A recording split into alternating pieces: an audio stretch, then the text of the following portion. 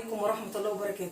ازيكم يا اجمل ناس واحلى ناس يا حبايب قلب؟ الف شكر ليكم الناس اللي دخلت معانا وبتكبر عيلتنا. الف الف مليون شكر، وشكرا لكل اللي بيكتب اي كلمة في الكومنتات الجميلة بتاعتكم. الف مليون شكر ليكم.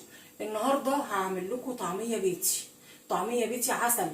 بصوا مكوناتها بسيطة وسهلة، واللي عنده خلاط هيعمل واللي عنده كبة هيعمل، ودي اسهل حاجة. هي مجرد اللي حبة فول مدشوش. نخش بقى على المكونات بتاعتنا بسم الله ما شاء الله. بصوا ده ربع كيلو فول. شوفوا بقى ايه كان عندي في التلاجة.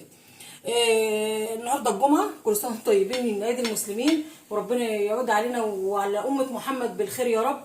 ف كل اللي جاي بقى بعد صلاة الجمعة جايب ايه؟ قرطاس طعمية. قلت والله انا اللي هعمل قرطاس الطعمية ده النهارده الطعميه دي هياكلوها من ايد ماما هي، ويشوفوا بقى الطعميه بتاعت المطعم ولا بتاعت هنا. هو اي نعم ربنا بيحلي لهم حاجتهم، والزيت بتاعهم استغفر الله العظيم بيبقى يعني بيقلوا في بطاطس وبدنجان وبيبقى خلطبيطه كده، بس سبحان الله عشان اكل العيش الحاجه بتطلع حلوه.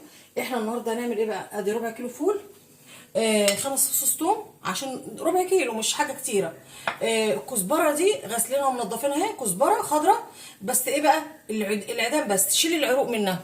وبدل البصل اللي هو البصل الكبير ده عملت بصل ايه؟ اخضر. ليه بقى؟ يدي لها ريحه جميله وبتبقى جميله. وايه وكرات، حبه كرات. يبقى دي المكونات بتاعتنا: فول، توم، بصل، حبه كرات، حبه كزبره. يعني من كل حاجه ايه؟ تاخدي نص الربطه بتاعتها، لانها ده كميه صغيره عشان ايه؟ ما تخليهاش تبقى سايله معاكي. هنبدا بقى بسم الله نحطها في الكبه بتاعتنا ونفرمها، وبعد ما نفرمها نوريكم بقى النتيجه بتاعتها.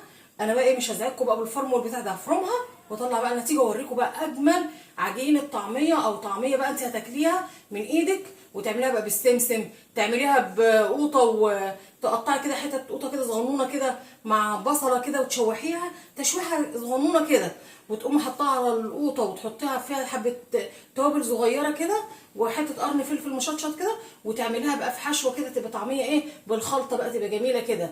وعايز تعمليها بسم الله ما شاء الله بالسمسم هتبقى جميله. تعملي قرص عجه برده معاكي كل حاجه. لقيتي الكميه كبيره معاكي حطي في الكيس وحطي في الفريزر، وبعد كده ارجعي اضربيها ضربه تاني كده بمضرب الكهرباء او الهاند بلندر كده، وتلاقيها بقى تيجي تعمليها ببضايه كده وتبقى عسل. امشوا بقى معايا وهتشوفوها بقى اسهل منها ما في. اهو يا حبايبي عملناها في الكبه بسم الله ما شاء الله. لو في الخلاط بقى بتزودي لها حبه ميه كده صغيرين وبتصفيها في مصفى كده ينزل بقى الميه منها وتعمليها. اللي ما عندوش كبه ادي بقى ايه هنبهرها كده بقى، حبه بهارات كده، حبه ملح، حبه فلفل اسمر، حبه بابريكا، اللي بيحب الشطه يحط، حبه كزبره ناشفه قلنا. بسم الله ما شاء الله لا قوه الا بالله. ادي معانا اهي العجينه اللذيذه الجميله بتاعتنا. اللي بيحب يعملها بقى بسمسم وكزبره يعملها، بس انا بقى للاسف اللي عندي اللي هي الكزبره اللي هي مجروشه كده نص جرشه كده. حفيدي موصيني يا تيتا ما تعمليش كزبره.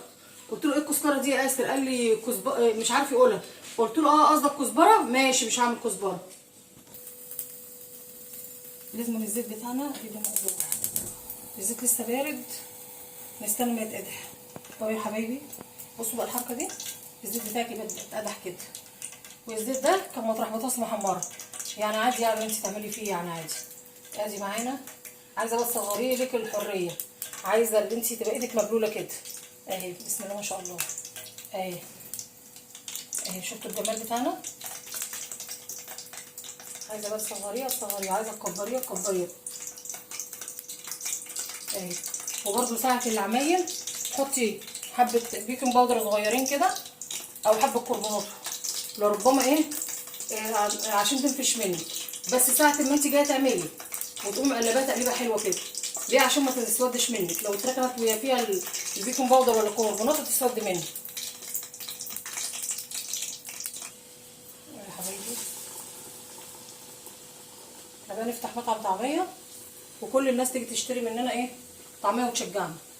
بسم الله ما شاء الله. بصوا الطعميه الجميله بتاعتنا العسل بسم الله ما شاء الله لا قوه الا بالله. كل حاجه في البيت جميله وهم بقى بيبقى كمان الزيت غزير قوي يعني، ويبقى الزيت بقى ده بيبقى بتاع سنين معتق بقى. سبحان الله، تيجي تشم وانت ماشيه تقول الله ريحه الطعميه دي حلوه. ربنا بيحللهم حاجتهم، بس طبعا الانضف اللي انت تعملي الحاجه في ايه، في قلب البيت.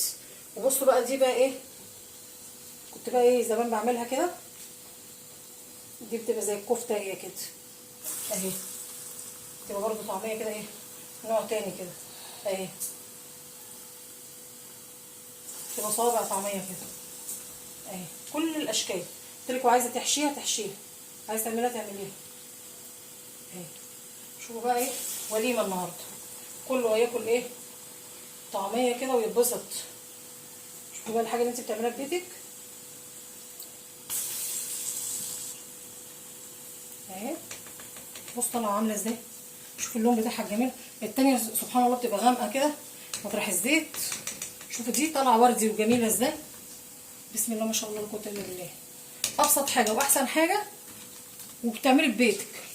بس في بقى ناس ايه بتكسل بقى. شوف الكفته بقى دي بصابع الكفته اللي طالعه معانا، ولا تقول لي بقى لحمه جملي ولا حاجه. دي طعميه ماما هي. ادي الحاجه بتاعتنا الجميله. شوفوا بتتحمر في الزيت وعسل ازاي، تقلبيها كده بشوكه كده وتعملي كده. اكلي وتاكلي واولادك وجوزك وتتبسطوا وايه، وتدعولي. اهم حاجه تدعولي. كل اللي بيحب ماما ايام يدعي لها ربنا يديها الصحه كده ايه، ويقويها قدامها تعمل لكم كل حاجه يا رب. واطلب من ربنا بس الستر والصحه، مش عايزين حاجه اكتر من كده. بصوا يا حبايبي السندوتشات الجميله بتاعتنا اهي. بصوا الطعميه العسل، بصوا. وده بقى ايه، صابع الكفته اللي ماما ايام قالت لكم عليه. دي بقى الطعميه اللي بتتباع بقى بجنيه، شوفوا عامله ازاي. وهنا بقى الحاجه بتاعتنا الجميله العسل. بصوا بقى كلوا واكلوا عيالكم. على فكره اخر لقطه دي اعذروني بقى ايه، النور قطع عليا. احنا عندنا النور بيقطع الصبح ساعه الظهر كده، النور قطع عليا وانا بعمل السندوتشات. ادي اهو الجمال بتاعنا. يا رب تكون الحاجه واضحه ليكم. وادي المخلل بتاعنا والسندوتشات الجميله بتاعتنا العسل الطعميه، وادي الطعميه البيتي. وحبايبي بقى احسن ناس واحلى ناس، ما ينسوش اللايك والاشتراك. واللي اول مره يخش على القناه يا ريت يشرفني باللايك بتاعه والاشتراك بتاعه، ودوسوا على الجرس كده هيجيلكم كل حاجه ان شاء الله. ومع الف سلامه يا اجمل ناس.